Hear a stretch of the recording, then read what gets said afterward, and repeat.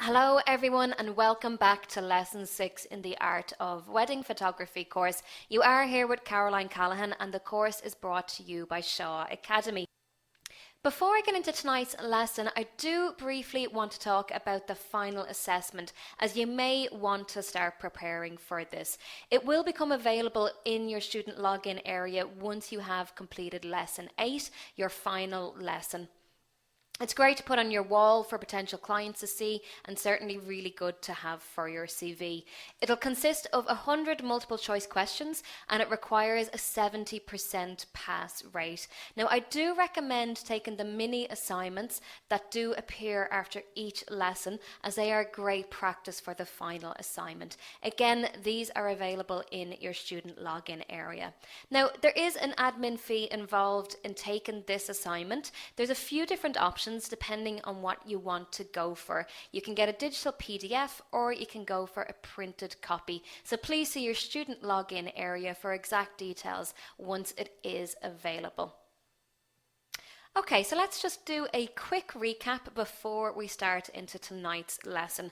Well, lesson 5 was all about the group shots. So from the entire group shot, the family groups, and then of course the bridal party shots as well. And we went through quite a few tips and discussed a lot of the common problems that you might come up against on a wedding. We, of course, looked at a few of the different technical considerations, and we did a lot of image analysis to give you guys plenty of ideas and some inspiration in terms of setups. Well, for today's lesson, we will move on from there, as for a majority of you, most of the weddings you shoot will not finish up once you complete the group shots. You will want to, or most likely be expected to, capture some candid shots of the guests and then all the other little moments as they do happen throughout the day. And I decided to do a little section on this because I do believe the candid shots are actually a very important part of the day that clients are starting to expect more and more of. So gone are the days of having only 20 shots in a wedding album. Those standard kind of 20 formal shots, they're now expected to be surrounded with 100 more casual, candid shots that are taken throughout the day. We have talked a lot about how your job is to tell the story of the day, and very often the stories that get told, they're not about how the photographer set up the family shots. So many of the stories of the day, they're all the little things that happen in between the big moments. So you do need to be able to capture these as well. And look, every story has its setting as well, and a wedding, like any story, has its setting too. So whether it's a beach wedding in a vineyard, a religious ceremony in a church, it's important to photograph the venues as well. So we'll take a quick look at some examples of these too. And finally, if you are staying on after the meal, we'll take a look at the type of evening shots you can get. So there's still a few important moments that should be on your shot list. So we will of course cover these, but we'll also talk about how you can make the most out of being there that bit longer and add a few more stunning shots of the couple as well. Now, as always, I like to put this into context for you in terms of where it sits into your photography education, and specifically your wedding photography education. And guys, as I've already said, your job is to capture the story of the day. And at this point, we've covered more or less everything else on the day. So these last few topics are really just rounding up the day and completing that story. I'm going to put this one into context of how the couple will feel about them though, and what they're going to love about these images. And I do think this is very important for you to constantly assess as your photography progresses. So constantly remind yourself, or just take the time to assess why the couple will not just like, but love the shots that you're trying to achieve for them. Well, look, what we're going to start talking about today is the candid shots. And as much as everybody loves to still have the formal shots of all the important people that are there, they also love, I mean, you can probably even go as far as saying absolutely adore to see the more natural candid shots as well. I think one of the many reasons for this is because they are natural expressions that honestly we're generally more familiar with on people. So, we do all know the difference between people's fake smiles and their natural smiles. So we are naturally drawn to these more candid shots of them. But remember as well, there's an awful lot of moments that the couple will miss throughout the day. So it's really, really nice to see these shots later on. So I absolutely promise you, these will really add an awful lot of value to your job as a photographer. But then if we think about the shots of the venue and the evening shots, these all really help tell the story of the day, but they're telling a story with a bit of atmosphere and detail that enriches the story. And honestly, if you're creating a wedding album or giving them a disc of images that's purely formal shots, well then they're really just going to have a very formal feel to them.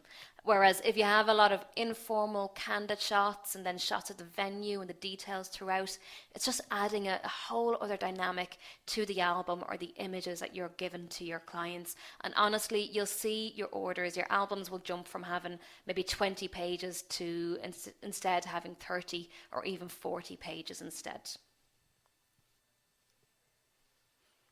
Okay, so as usual, I do want to give you a few little tips for doing the candid shots, and more so technical tips.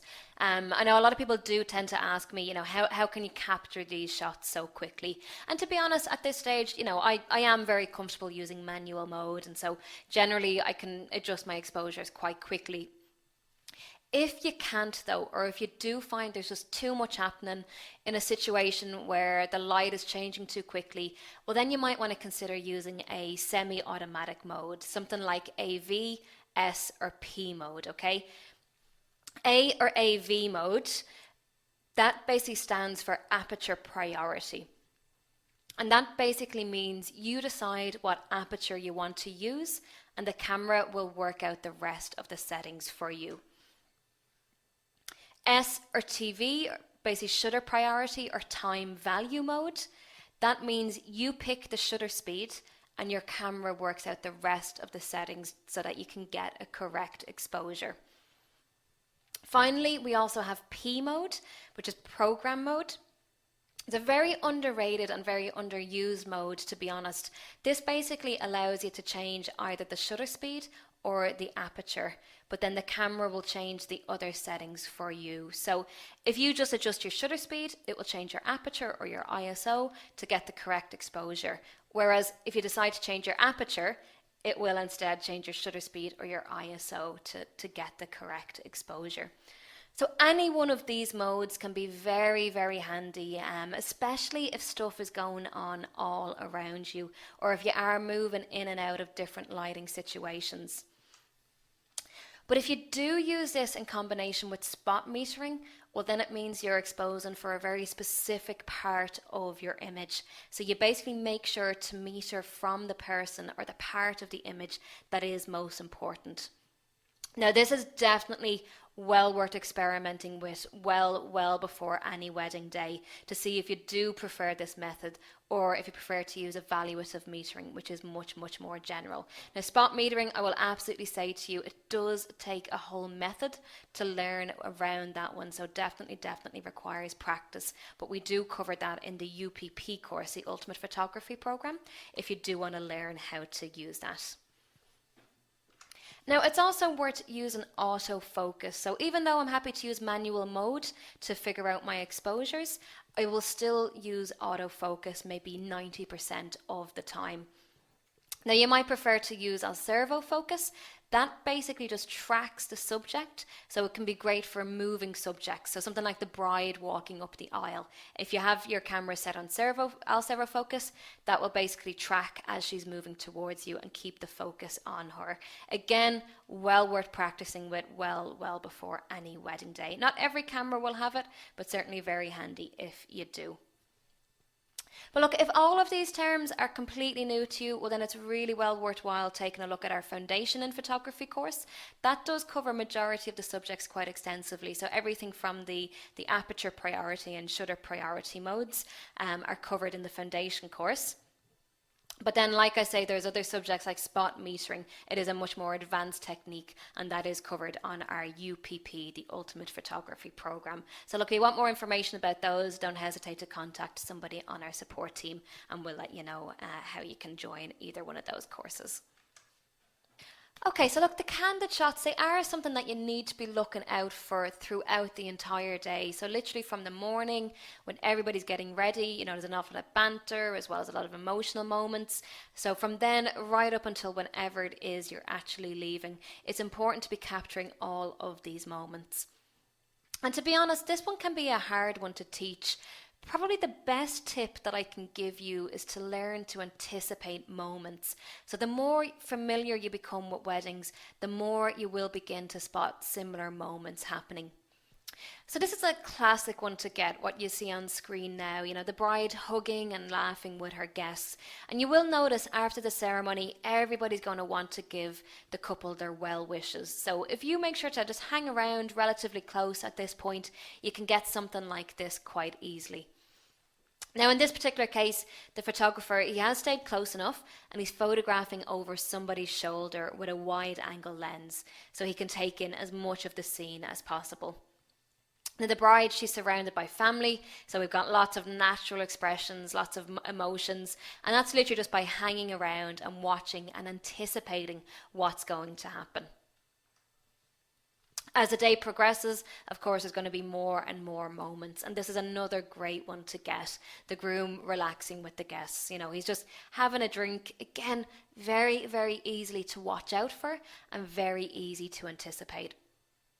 So just look out for guests as they begin chatting, hugging, being introduced, playing with kids, bridal party helping the bride or groom, any toast or cheers, any of that kind of stuff is great. Now, very often you can just watch and wait for something like this to happen. So, when you watch groups as they interact, you can see when somebody's telling a story. So if you literally just kind of line up and compose your shot and wait for the punchline, and that way you can get all of these really, really great reactions. And certainly if it's a really funny story, you can get a whole group of people just laughing away together, which is always a really, really great shot to capture. But look out for people admiring the dress, the flowers, the rings. All of this stuff happens, and it can be a really sweet photo to get. And at this stage, you can just be wandering around with a long lens, so people don't even really notice you photographing. And this means that you're going to get all of these quite natural moments and quite natural expressions. And if we take this shot, it's obviously been set up in terms of the pose. However, the photographer's got a safe kind of classic shot, but then he's keeping his camera ready. So, possibly he threw out a funny comment, or, it could have come from a guest or a bride or even the groom themselves. But something like this has just set these two off, and it's just created this fantastic natural laughter. And so the photographer, he was ready to capture this. So always, always be ready with your camera. It only goes back in its bag as you're about to drive away. But I still absolutely consider this a candid shot and obviously absolutely worthwhile capturing. Certainly, it's always really lovely to see the appreciation of guests after their food as well. Now, normally I am quite careful with actually photographing people as they're eating food. I might just try and get a shot of them looking excited when they receive their plate, or if they're admiring the cake. But very few people, to be honest, actually look good when they're eating. So do just be careful, you don't want any unflattering shots of guests either. Now, kids would obviously probably be the exception to that rule. Sometimes they can just look absolutely hilarious, just with their enthusiasm of shoveling cake into their mouth can be quite funny. And I guess obviously this guy's looking pretty happy and looking pretty cheeky. So it would be the exception to that rule.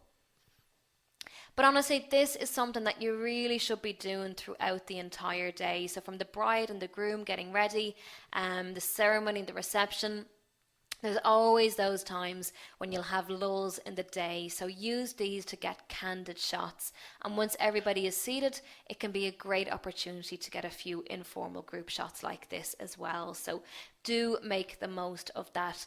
Literally all you have to do is wander around the reception for a few minutes before the couple come in, or maybe between courses, and you can seriously add to all of your casual photos.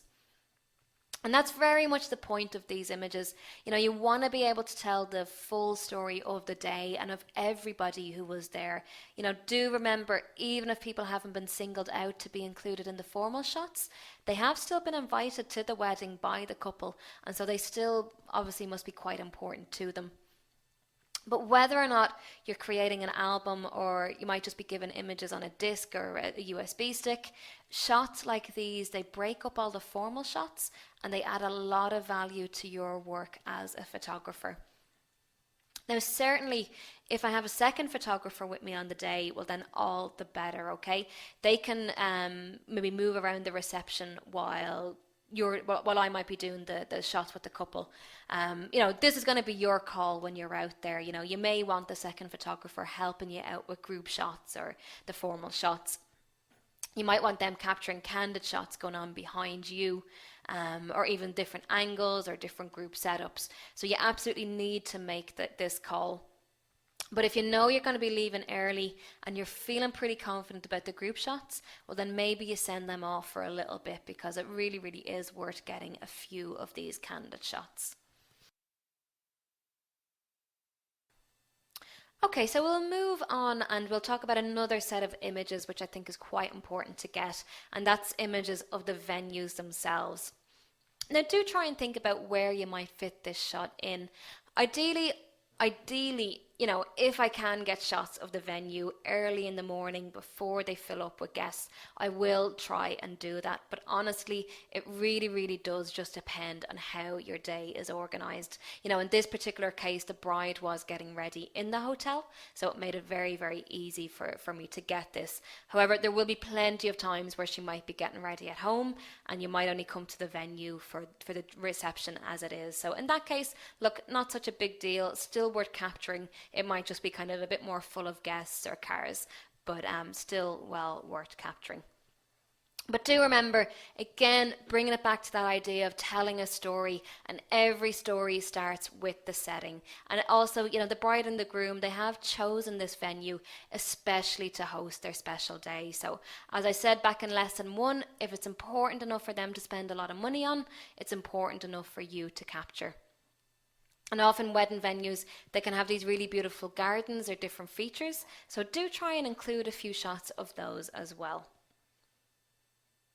Now, do also keep in mind the couple, they could have put a lot of effort into decorating the venue, or they might have chosen literally all the floral decorations, the lighting, the bunting. So do look at all this stuff too. So look at the details like the table plan, place names, menu, favors, all of that type of stuff, all the details we've talked about before. All of this is going to be there in the different venues too. And I always like to try and get a shot of the room before the guests do come in. But I will try and get this last minute. So once all the flowers have been laid out, if they've got any candles, they'll all be lit at this stage, and all the ambient light will have been put on. Now, personally with these, I don't mind if there's been a bit of a colour cast with some of these images, because I do think it can add to the ambience of the shot. But certainly, if you want to wait for this point when everything's been lit up, you may need to coordinate with the hotel manager. Get them to let you know when the room is ready, and ask that they give you a call maybe 5 minutes before they call the guests in.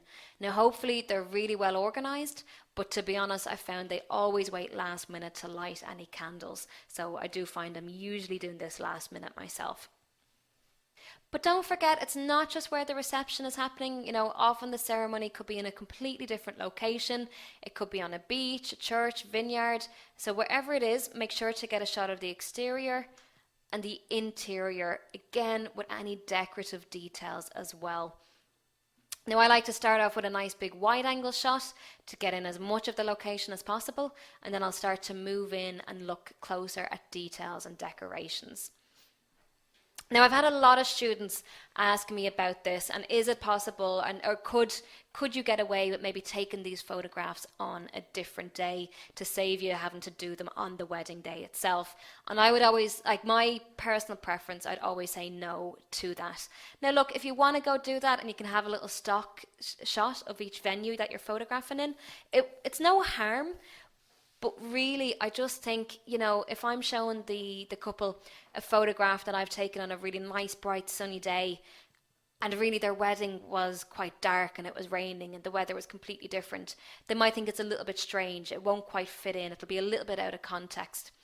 Also, think about the decorations. They're not going to have the place permanently decorated, with these pew flowers. So all of these decorations will be personalised to the couples themselves, so they're only going to be in place on the day of the wedding. So they might be a little bit disappointed if they see the church with decorations that weren't theirs, or just with no decorations at all. Okay, so look, I definitely recommend doing it on the day itself. It really doesn't take that much time anyway, so it can be quite a quick, easy one to do. Okay, so guys, at this stage we have covered most aspects of the day, and that's brought us up to the meal and the evening reception. Now, a lot of photographers, they might just get a shot of the couple as they're entering the room, and then the photographer might leave. But if you have agreed to stay on later, there's still a lot more stuff that you can capture. It's just a time of evening when everybody really starts to relax. The ceremony's over, all the formal shots are done, and they're about to sit down and have an amazing meal. So at this point, you're going to see the jacket's been taken off, ties undone, and you're about to get some amazing candid shots. Now, there's still a few important moments that are left to capture, like the cutting of the cake and the first dance. But you're doing very little for setting up for these shots. However, there is one sequence of shots in particular that I love capturing, and that's the speeches. I know that might sound strange, photographing the speeches rather than recording them on video, but I love these because you get such an honest display of emotions from the entire bridal party and all the guests. So guys, with the speeches, you're going to get tears, laughter, hugs, kisses, and then of course plenty of cheers and toast to the couple. If you do feel like you've very little candid shots from the rest of the day, this is going to be an amazing chance to make up for that.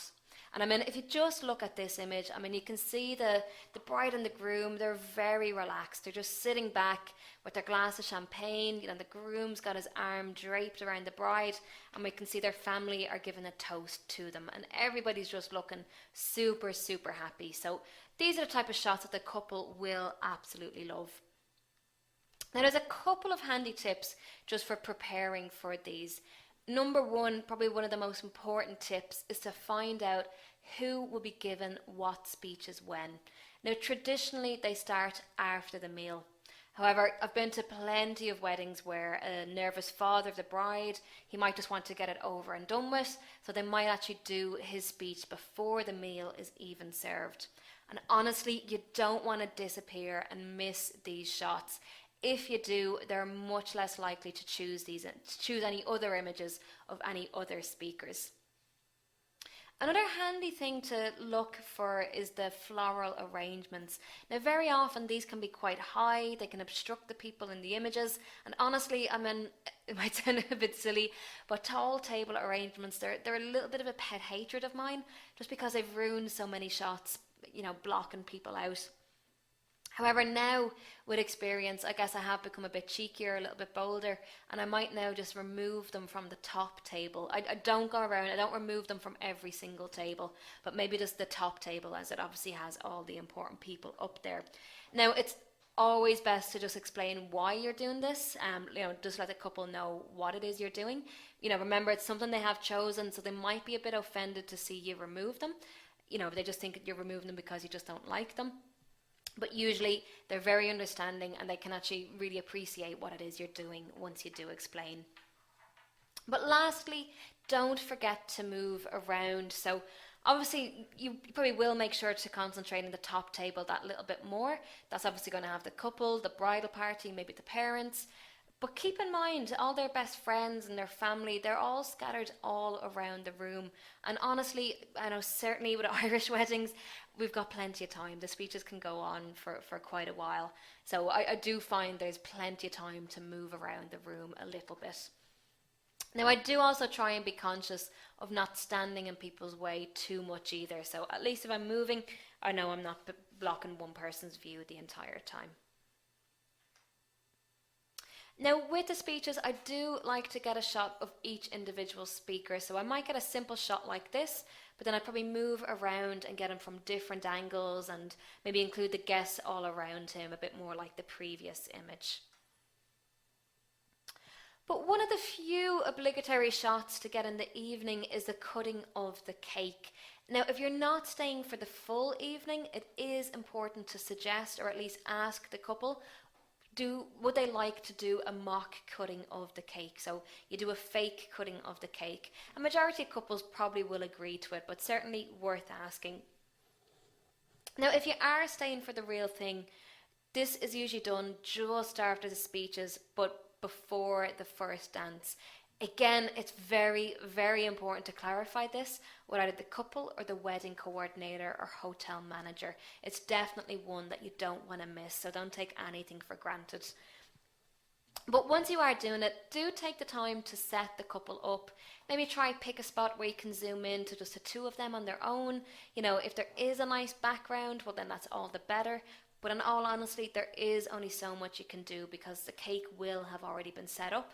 And honestly, I think it's one that you shouldn't try and move. I don't think it's worth the risk. But typically, you'd probably get the groom to place his hand on the knife first, and the bride's hand will go above his. You know, her nails are going to be done, and typically we want to see her rings.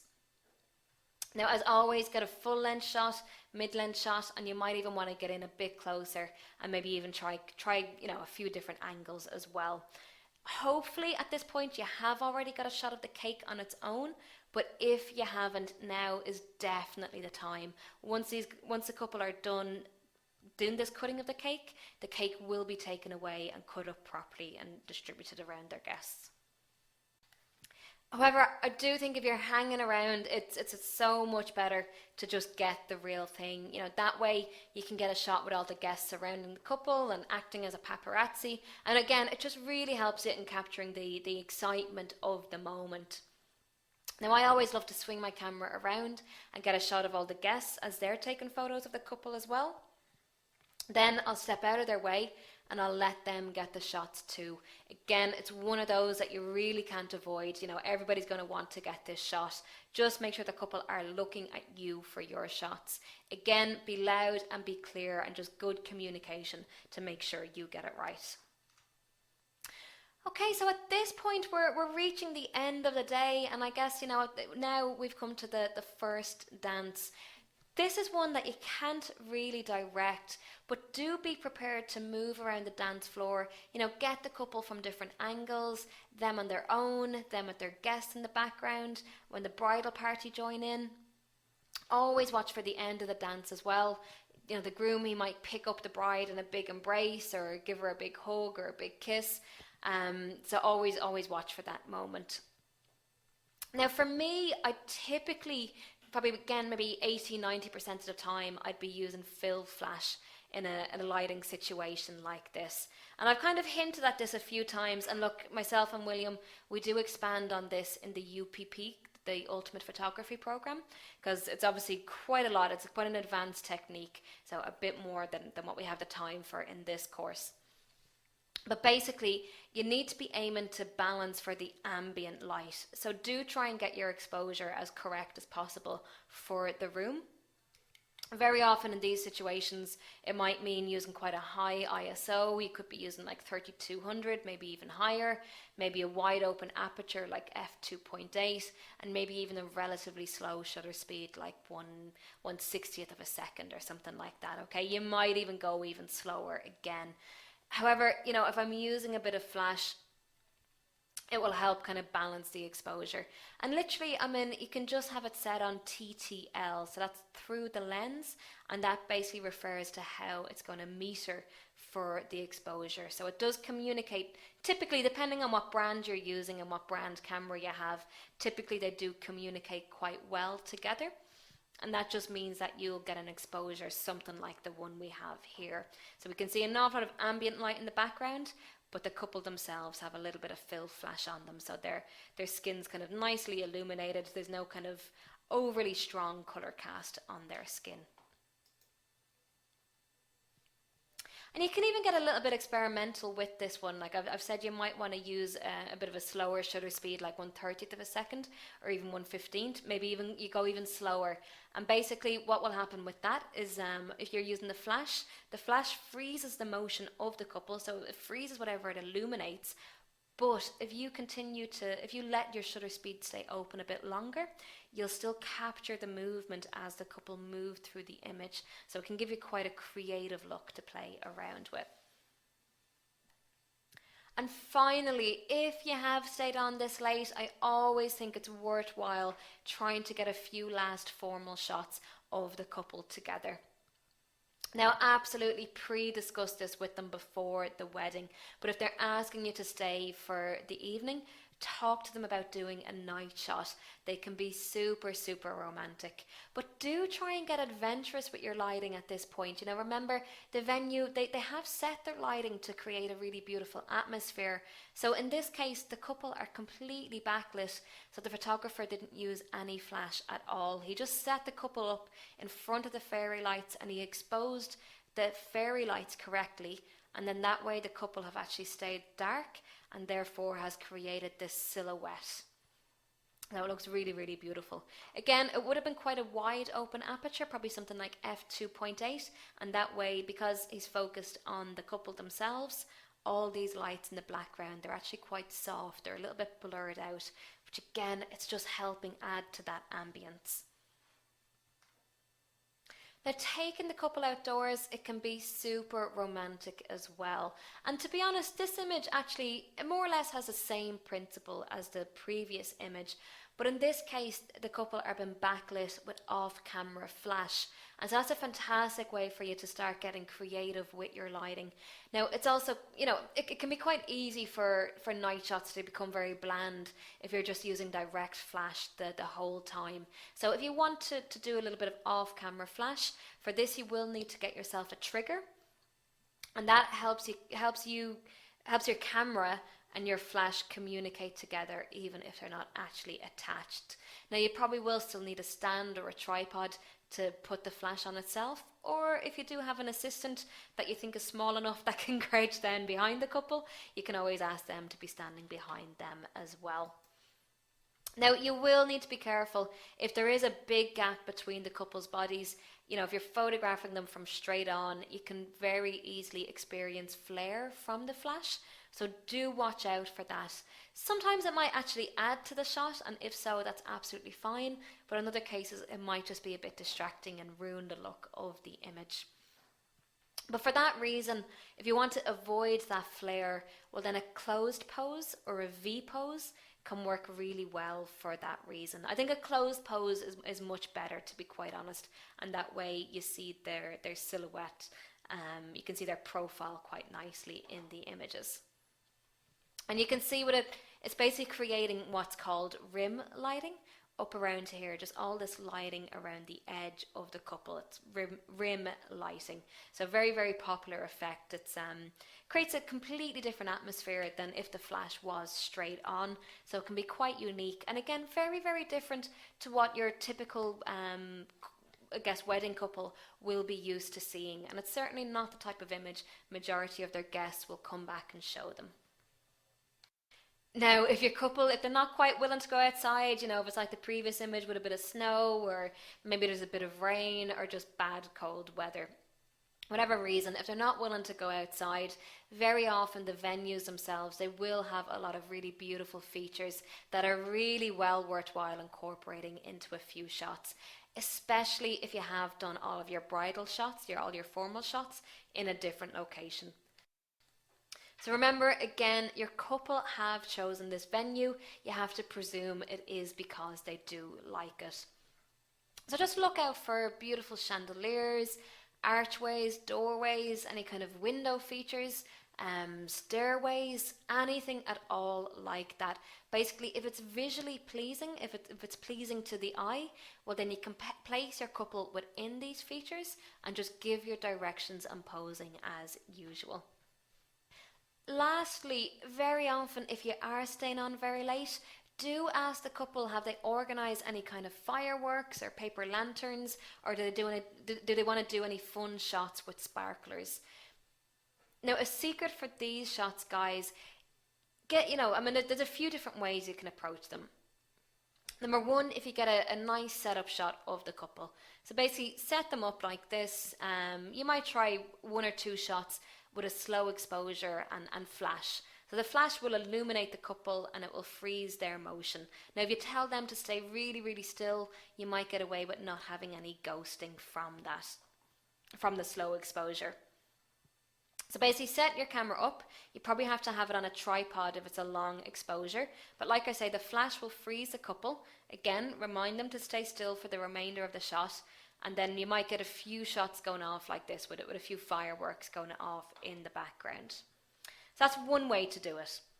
However, honestly, what I really prefer to do is to just get a shot of the couple. I'll get them set up in the location before the fireworks even start. And then as each firework is going off, I'll get a shot of each firework and I'll actually combine these in Photoshop later on, okay? So I'll make a composite of all these different images. And basically the reason I like to do it that way is because then I can just let the couple turn their back to me, leave them to enjoy the fireworks for themselves. And honestly, it can be easy enough to get a shot of the couple with maybe a firework or 2 as they go off. But really, fireworks for me, they just speak of a lot of drama.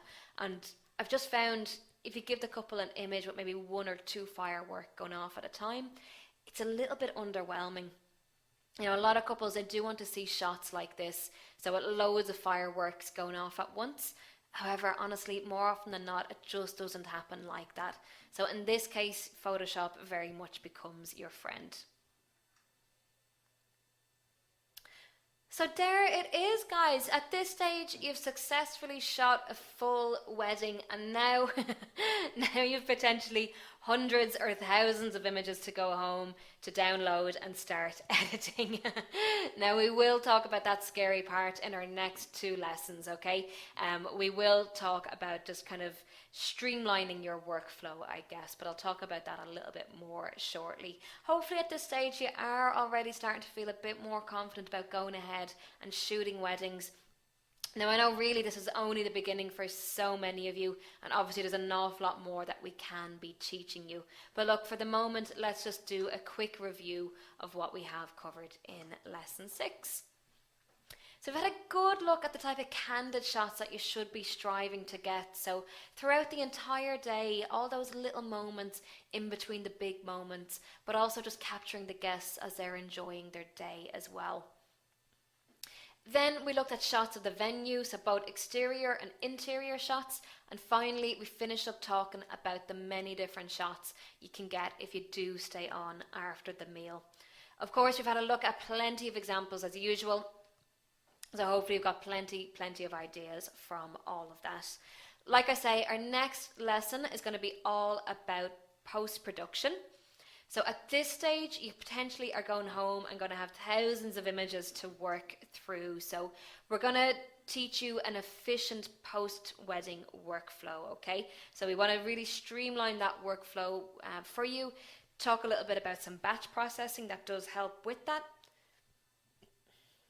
But we will also be looking at some before and after editing techniques. So I want to show you how much potential is there within your images, especially if you are photographing in RAW, which I absolutely recommend for all of you.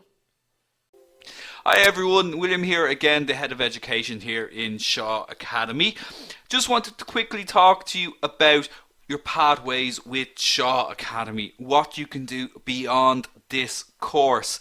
Now, for those of you who may have missed it in the last lesson, we did announce about a massive discount on our membership at the moment. It's up to 50% off for a very limited time.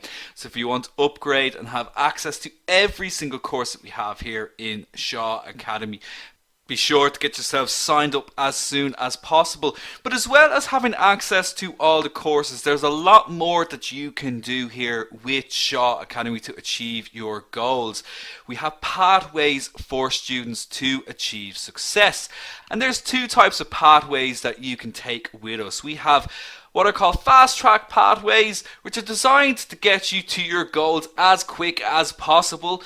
Or because everybody's pathway is not the same, we also have personalized pathways. So let's quickly have a look at a fast track pathway first of all. So say for example you want to make the most out of marketing. You want to get yourself a qualification in marketing to help grow your business or to start a new business for yourself. We have a pathway designed to help you to achieve that. And this is just an example, but it'll start with your diploma in marketing. You move on to an advanced marketing course and then check out a social media marketing and a advanced social media marketing course too. And along the way, you're going to get 2 EQF level 5 qualifications, which would look brilliant on anybody's resume.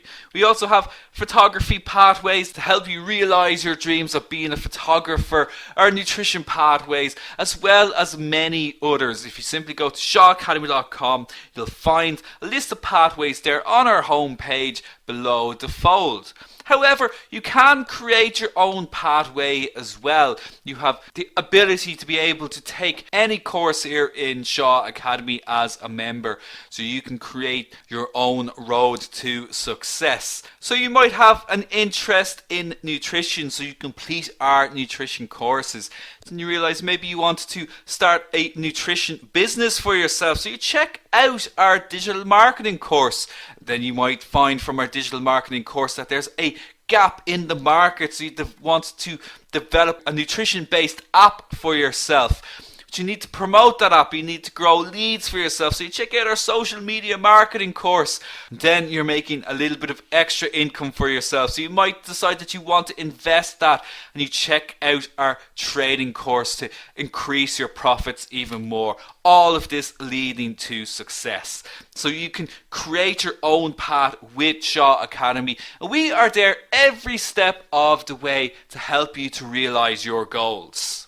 Now, as I mentioned before, many of our courses are EQF level 5 courses. You can identify these as the professional diploma in courses, and you will see the EQF level 5 logo beside each course that is accredited. They are 4 modules long and all must be completed to gain your level 5 professional diploma. And this is an internationally recognized qualification and will substantially increase your employability or help you to generate more clients if you are out there on your own.